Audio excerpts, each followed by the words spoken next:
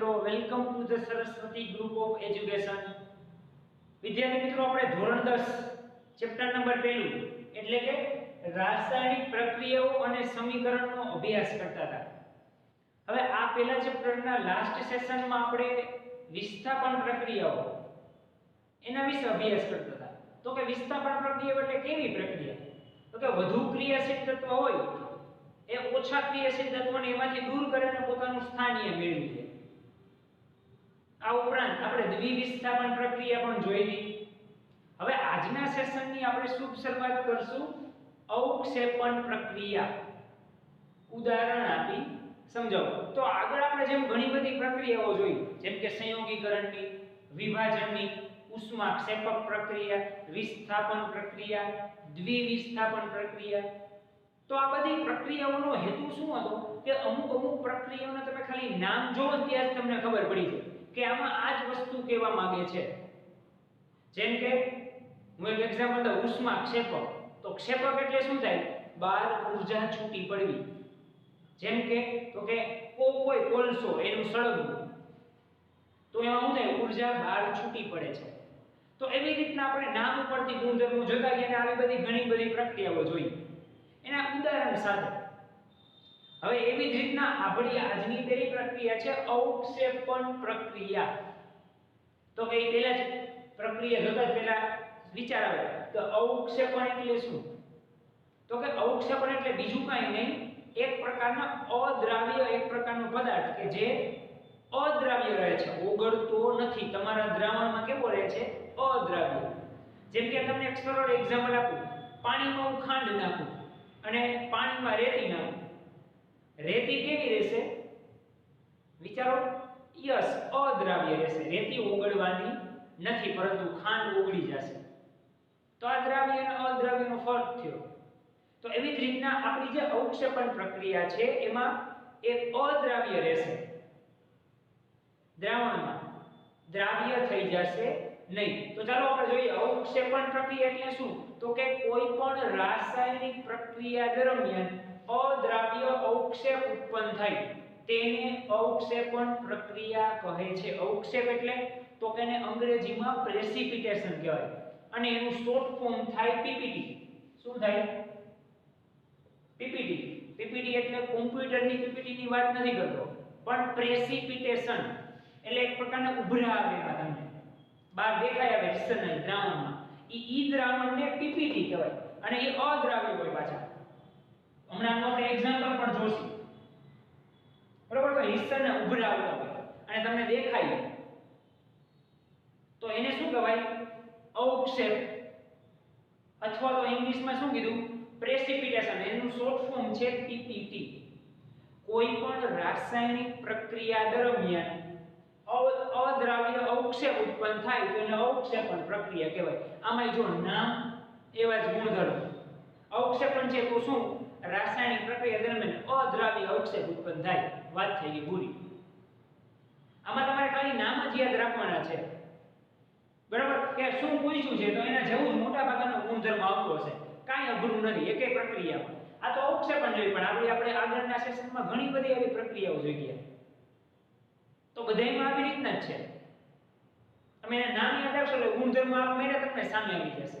પ્રશ્ન પૂછ્યો છે અવક્ષેપણ પ્રક્રિયા, તો અવક્ષેપણ આવું જોતા જ મનમાં લાઈટ થઈ જાય. શું? કે જેમાં અદ્રાવ્ય અવક્ષેપ મળતા હોય. અવક્ષેપ એટલે પ્રેસિપિટેશન, શોર્ટમાં પીપીટી કહેવાય. બસ પછી એક્ઝામ્પલ આપી દો. ઓકે, હવે આપણે એક્ઝામ્પલ તરફ જોઈએ. તો અહીંયા BaCl2 આપ્યું છે, એની પ્રક્રિયા Na2SO4 સાથે થઈ. તો આ BaCl2 માંથી આ Ba નો આયન એટલે Ba2+ અને Na2SO4 માંથી આ SO4 આયન. હવે આયન કોને કહેવાય? આપણે ઓલરેડી આગળ જોઈ ગયા. ધન આયન, ઋણ આયન. બરાબર? આયન પણ આપણે જોઈ ગયા હતા. આ Ba હોય તો આ પ્લસ ધન આયન હોય, આ કેવો હોય? ઋણ આયન હોય. આ ધન આયન હોય, આ કેવો હોય? ઋણ આયન હોય. આવી રીતના આયનો આવતા હોય. તો આમાંથી જે આ Ba છે પ્લસ એટલે કે ધન આયન અને આ SO4 નો ઋણ આયન, આ બે અલગ અલગ થયા, વિરુદ્ધ થયા. ઈ બે જોડાઈ જાય એટલે બનશે BaSO4 અને 2 મોલ સોડિયમ ક્લોરાઇડ છૂટો પડશે પણ આ જે BaSO4 છે ને એ શું છે તો કે અવક્ષેપ છે શું છે અને આ તમને ઉભરા સ્વરૂપે મળશે તમારી પ્રક્રિયામાં આ BaSO4 ઈ શું છે અવક્ષેપ છે ચોખ્ખા અદ્રાવ્ય હશે દેખાય આવશે તમને આ પ્રક્રિયા દરમિયાન અવક્ષેપ ઉત્પન્ન થાય જો આ એક રાસાયણિક પ્રક્રિયા છે એમાં BaSO4 કેવા હશે અદ્રાવ્ય અને ઈ શું છે અવક્ષેપ છે તો આ પ્રક્રિયાને શું કહેવાય અવક્ષેપણ પ્રક્રિયા કહે છે આપણે ઉદાહરણ સહિત સમજાવીએ BaCl2 માંથી Bf2+ ધન આયન અને Na2SO4 માંથી SO4 ઋણ આયન બંને જોડાઈને BaSO4 બને છે બાકી વધ્યું તો શું તો કે Na2Cl2 એટલે બેયના બબે મોલ અહીં આવી ગયા 2NaCl થઈ ગયું ને તો આ પણ જે BaSO4 છે એ અદ્રાવ્ય હશે અને એ શું હશે અવક્ષેપ હશે એ તો આપણો જવાબ છે same as another example AgNO3 એની તમે સોડિયમ ક્લોરાઇડ સાથે પ્રક્રિયા કરાવો એટલે આ Ag અને આ Cl આ Ag અને આનો આ Cl આ બંને જોડાયેલા છે અને NaNO3 આ વધ્યું NaNO3 ઈ તમને અહીંયા મળશે અને આ બે હતું Ag અને Cl ઈ તમને અહીંયા મળશે તો આ જે AgCl છે એ પણ સફેદ અવક્ષેપ છે કેવા છે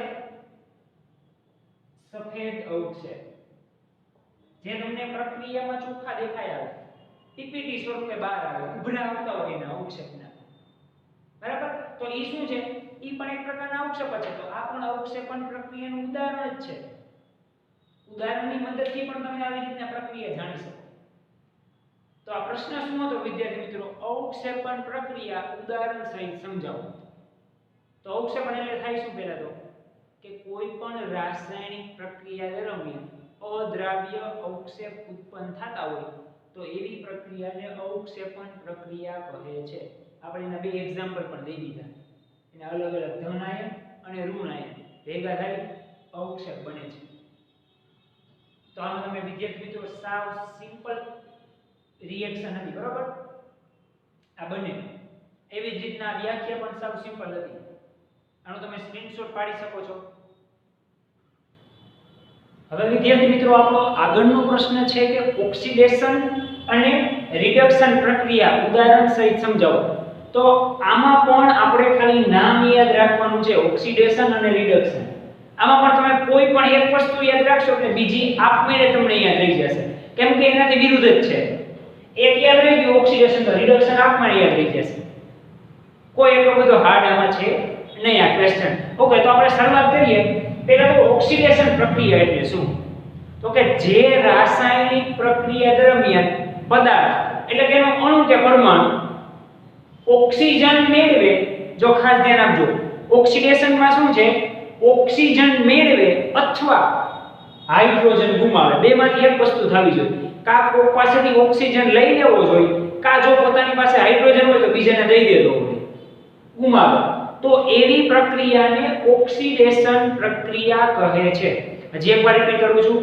જે રાસાયણિક પ્રક્રિયા દરમિયાન પદાર્થ ઈ પછી અણુ હોય કે પરમાણુ હોય ઓક્સિજન મેળવે અથવા હાઇડ્રોજન ગુમાવે તો તેને ઓક્સિડેશન પ્રક્રિયા કહે છે આ બેમાંથી તમે કોઈ પણ એક લખો તો પણ ચાલે અને બે લખો તો પણ ચાલે અથવા કરીને હાઇડ્રોજન ગુમાવે ન લખો તો પણ ચાલે ઓકે ચાલો આપણે એનું એક એક્ઝામ્પલ જોઈએ અહીંયા આપેલું છે કાર્બન પ્લસ ઓક્સિજન તો CO2 બની ગયો એને શું કહેવાય કે જો ઓક્સિજન એનામાં લઈ લીધો કાર્બને ઓક્સિજન મેળવો જો આ ઓક્સિજન મેળવે okay another example magnesium plus oxygen તો એને પણ જો મેગ્નેશિયમ એનામાં લઈ લીધો ઓક્સિજન મેળવે છે જો મેગ્નેશિયમ અહીંયા કાર્બન પણ ઓક્સિજન મેળવતો હતો third example copper plus oxygen કોપરના ઓક્સાઇડ બન્યા અને મેગ્નેશિયમના ઓક્સાઇડ બનતા હતા કાર્બન ડાયોક્સાઇડ બન્યું તો અહીંયા પણ જો કોપરે ઓક્સિજન મેળવી લીધો હાઇડ્રોજન નથી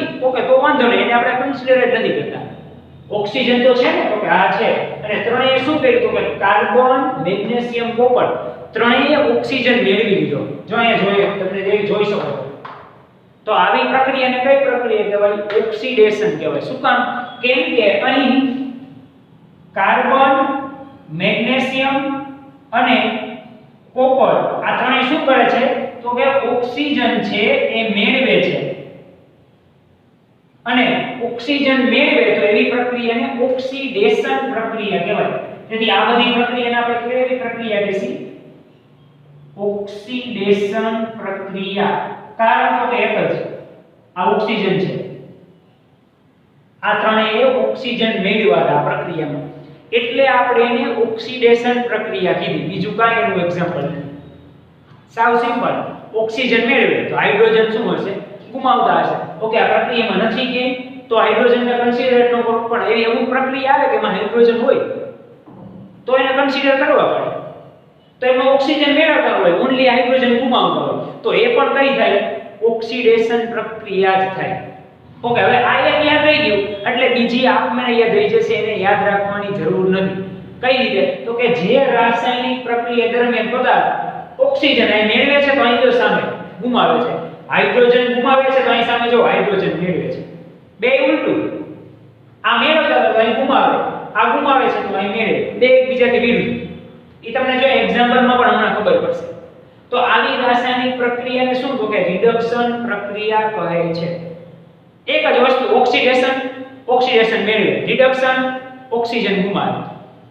વાત થઈ ગઈ પૂરી. હાઇડ્રોજન લખો તો એમાં પણ આપણે લખી શકો, આમાં ગુમાવે હાઇડ્રોજન ઓક્સિડેશનમાં, રિડક્શનમાં હાઇડ્રોજન મેળવે. ઓકે, ચાલો હવે આના આપણે એક્ઝામ્પલ જોઈએ. તો આમાં તમને કોપરના ઓક્સાઇડ ઓલરેડી આપેલા જ છે. તો જો એ ઓક્સાઇડ કન્વર્ટ થઈને ખાલી કોપર થઈ ગયો, આવો તો આના ભેગો થઈને પાણી બની ગયું, ઓક્સિજન વયો ગયો. જો હતો એ વયો ગયો, આમાં તો ઓક્સિજન ભાઈ નહોતો, પ્લસ કરીને અલગ છે. જો આમાં ભેગો જ છે અને એ હવે છૂટો થઈને પ્લસ થઈને અલગ વયો ગયો. ઓક્સિજન શું કર્યું? ગુમાવી દીધો કોપરે. તો ઓક્સિજન ગુમાવીને શું કહેવાય? રિડક્શન પ્રક્રિયા કહે છે. સાવ simple. Another example, carbon dioxide, oxygen છે એ ઓક્સિજન વયો ગયો આના ભેગો, કાર્બન આવો CO3 આનો એક ઓક્સિજન ક્યાં વયો ગયો? આના ભેગો. એક ઓક્સિજન ગુમાવ્યો ને એને, પછી જેટલા ગુમાવતા રહે, એક તો ગુમાવ્યો તો એ કેમાં આવે? ગુમાવે એટલે રિડક્શન. થર્ડ રિએક્શન આપણે જોઈએ, મેગ્નેશિયમ ઓક્સાઇડ, આ ઓક્સિજન છે વયો ગયો પાણી આના ભેગો, બની ગયું શું? પાણી. મેગ્નેશિયમ એકલો થઈ ગયો. જો આ બધાય તમે જો, આ બધાય ઓક્સિજન ગુમાવે છે. કોપર ઓક્સાઇડ હતો, ખાલી કોપર થઈ ગયું. કાર્બન ડાયોક્સાઇડ હતો, આ કાર્બન મોનોક્સાઇડ થઈ ગયું. બે હતા જો એક જ થયું, એક ગુમાવી દીધો. મેગ્નેશિયમ ઓક્સાઇડ હતું, મેગ્નેશિયમ થઈ ગયું. એટલે આ ત્રણેય શું કર્યું છે? તો કે ઓક્સિજન ગુમાવે છે. કોણ કોણ? તો કે કોપર, કાર્બન અને મેગ્નેશિયમ શું કરે છે? ઓક્સિજન ગુમાવે છે. ઓમાં જો ઓક્સિજન મેળવતા હતા, અહીંયા ગુમાવે છે. તો એવી પ્રક્રિયાને રિડક્શન પ્રક્રિયા કહે છે. આ ખાસ યાદ રાખજો વિદ્યાર્થી મિત્રો, મોસ્ટ આઈએમપી પ્રશ્ન. આ તમારે આગળ કદાચ તમે 11 12 સાયન્સમાં જશો તો પણ આવશે ઓક્સિડેશન રિડક્શન. આ 2 વર્ષ પર તમારો પીછો નહીં મુકાય. એટલે અત્યારે જ આનો આઈડિયા તમે ક્લિયર કરી લો. શું ઓક્સિડેશન એટલે કે જે પ્રક્રિયા દરમિયાન અણુ કે પરમાણુ ઓક્સિજન મેળવે અથવા હાઇડ્રોજન ગુમાવે તો એને ઓક્સિડેશન કહેવાય. રિડક્શન એટલે શું?